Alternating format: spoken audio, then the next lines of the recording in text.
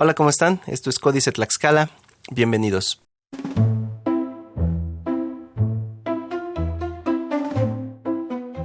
Aquí en Tlaxcala, desde los años 80, y específicamente desde el año 85, hasta las celebraciones del Bicentenario en el año 2010, la historia prehispánica de Tlaxcala no era un tema de discusión.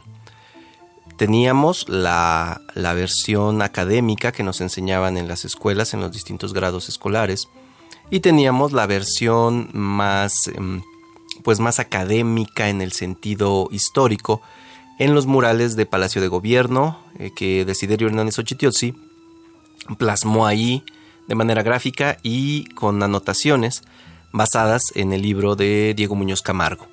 Entonces teníamos las dos versiones, una pues ya un poquito contaminada por cuestiones de intereses educativos, ¿no? que se buscaba inculcar en los jóvenes, ¿no? Desde la primaria hasta las preparatorias y universidades.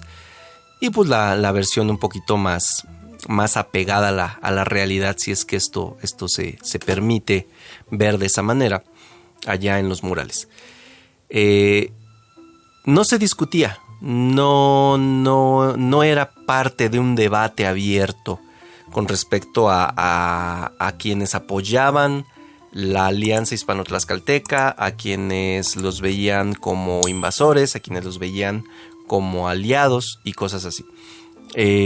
Fue más bien, como ya mencionamos, hasta después de las celebraciones del Bicentenario, cuando las personas en distintos puntos del país pues comienzan a adentrarse más en el estudio de su historia y empiezan a buscar más qué había pasado, ¿no? Anteriormente. Fue una buena motivación la que se logró con tantos materiales audiovisuales de aquellos años de las celebraciones, que pues la gente empezó a interesarse en su historia, y ahí ya se encontraron pues con las distintas vertientes y empezaron a manejarse ya los términos de manera más radical, hispanistas e indigenistas, ¿no? Ya empezó a verse con un sesgo. Todo investigador tiene este sesgo, ¿no? El desprenderse de su propia cultura, de sus propios deseos, de sus propios gustos a la hora de investigar la historia o cualquier otro fenómeno. Pero ahorita platicamos de esto. A la hora de estudiar la historia, pues ellos tienen que desprenderse de esto y aún así les resulta un poquito difícil. Y se ven influidos a la hora de sus conclusiones finales por lo que ellos son y de dónde vienen y las cosas que han vivido. En el caso de la historia prehispánica de Tlaxcala ocurrió algo similar por la influencia de la cultura pop. Yo puedo hablar de la historia de Tlaxcala porque es lo que está en mi entorno directo. Y yo me di cuenta de la influencia de la cultura popular.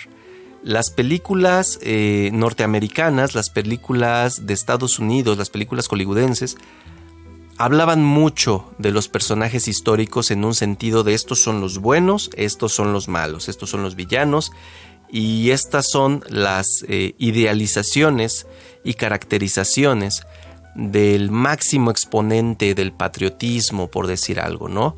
Las más grandes virtudes de una raza se reflejan en el héroe de la película, que puede ser una persona que lucha contra la opresión, una persona que lucha contra la esclavitud, en contra de aquellos invasores, ¿no? En contra de aquellos hombres malos.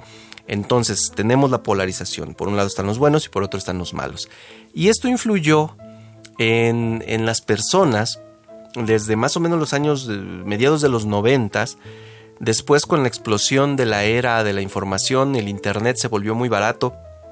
Ya muchas personas tenían acceso a internet desde los años 2005 más o menos para acá. Pues ya las personas entraban e investigaban historia y se dieron cuenta que había pues muchas más versiones de la escolar y de la histórica más popular con respecto a la historia de Tlaxcala. Había muchas más versiones. Y como dijimos, ya comenzó la radicalización, porque ellos decían, bueno, estoy estudiando la historia y por la influencia que tengo de Hollywood, yo sé que en la historia están los buenos y están los malos. Entonces, en la historia de mi ciudad, en la historia prehispánica de Tlaxcala, ¿quiénes son los buenos? ¿Y quiénes son los malos? Entonces hubo mucha gente que dijo, bueno, no, pues los malos son los españoles, porque llegaron a saquear, llegaron a imponer ideas religiosas, llegaron a cometer violaciones, asesinatos, llegaron a difamar a los paisanos de por aquí, ¿no? Que eran pues unos hijos de la naturaleza y convivían en paz y casi como princesa Disney, ¿no? Extendía la mano Xicoténcatl y se le paraban aquí las águilas y los pajaritos y cantaba casi, ¿no? Los pintan o los imaginan de esa manera los nativos de por aquí, ¿no? Desprendiéndolos pues de todo rasgo claramente humano, ¿no? Y atribuyéndoles muchas características bastante satanizadas, por decirlo de cierta manera, a los castellanos. Y esto era obviamente un error. Obviamente era un error. También hubo aquellos, aunque en menor medida, pues que comenzaron a ver en las costumbres y en la idiosincrasia, en la cosmogonía prehispánica, pues características que hoy día son consideradas criminales, como por ejemplo la antropofagia. No eran caníbales, es cierto, pero pues de repente el tlaxcalteca mataba a un enemigo y pues se lo merendaba, ¿no? Y bueno, ellos tenían su manera de ver esto, pero hubo quien también lo radicalizó y empezó a decir que ellos eran salvajes y que necesitaban la influencia europea para convertirse en algo pues más civilizado, ¿no? A lo mejor no propiamente a civilizarse, pero pues sí algo más civilizado desde el punto de vista de la perspectiva que tenemos en la actualidad, ¿no? Más parecidos a lo que seríamos hoy día. Siendo sinceros, hoy día muchas de esas prácticas pues serían perseguidas por la justicia, sin importar que ellos alegaran, no, pues así es como practico mi religión. Pero bueno, esto se debió precisamente a este fenómeno, ¿no? Las personas querían quiénes son los buenos de la película, quiénes son los malos, y pues se ponían de lado. Y de ahí la constante discusión de los hispanistas con los indigenistas. Es por eso que la opinión es, en esta ocasión, en la opinión que se va a expresar aquí es que es un asunto absolutamente necio, es un asunto absolutamente vano, siquiera la discusión y el uso de estos términos, incluso hasta para descalificarlos, no meterse ahí en discusiones de que no, es que no soy hispanista, es que la historia es así, pues también es un ejercicio de necedad. Ahora bien, debemos de tener bien claro el hecho de que hasta el día de hoy, hasta el año 2024, nadie, absolutamente nadie ha podido inventar una máquina del tiempo y regresar a aquellos años, y aunque pudiéramos hacerlo, nadie ha inventado una máquina que pueda entrar en los pensamientos y conocer las actitudes y las intenciones y comprender por qué tomaban una u otra decisión.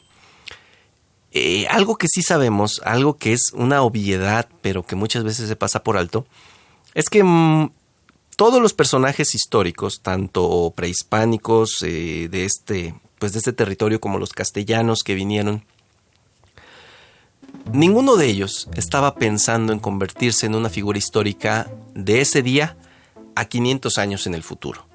Es decir, Xicoténcatl no dijo, yo quisiera que de aquí a 500 años los tlaxcaltecas me recordaran como la persona que se opuso a la alianza hispano-tlaxcalteca. Pues obviamente no, a él no le interesaba lo que iban a pasar 500 años en el futuro, lo que a él le interesaba probablemente es lo que iba a pasar el año que venía.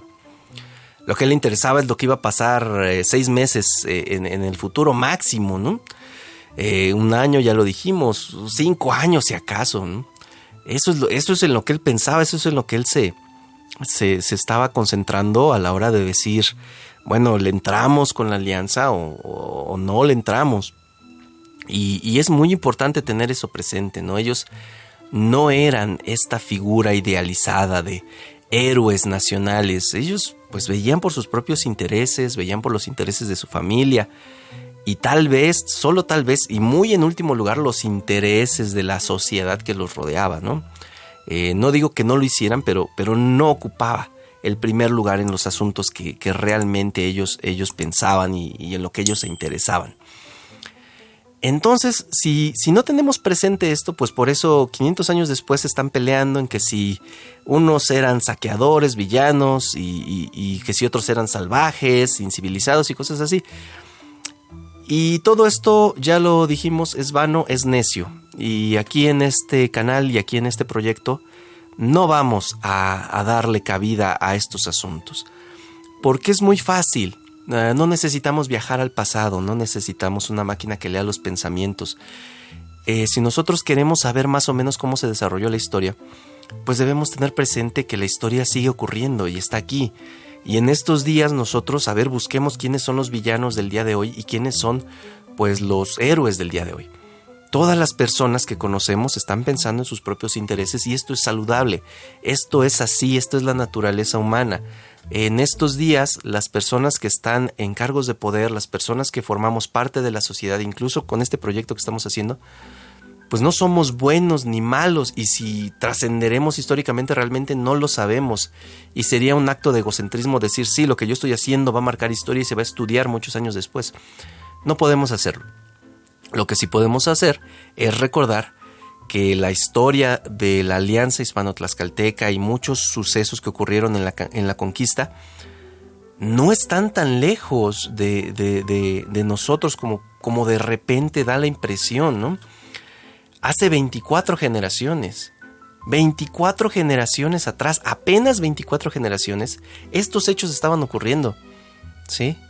A lo mejor resulta un tanto complicado decir, no, pues hace 500 años se ocurrieron estas cosas. Bueno, si lo ves así, pero si te das cuenta 24 generaciones para atrás de ti y te encuentras ya en esos días. Y muchas de esas cosas permanecen. Y es eso en lo que nos vamos a concentrar aquí en este proyecto. Cómo lo que fue permanece. Tú quieres saber, ¿no? Las personas desean saber cómo era la relación del castellano con el tlaxcalteca prehispánico.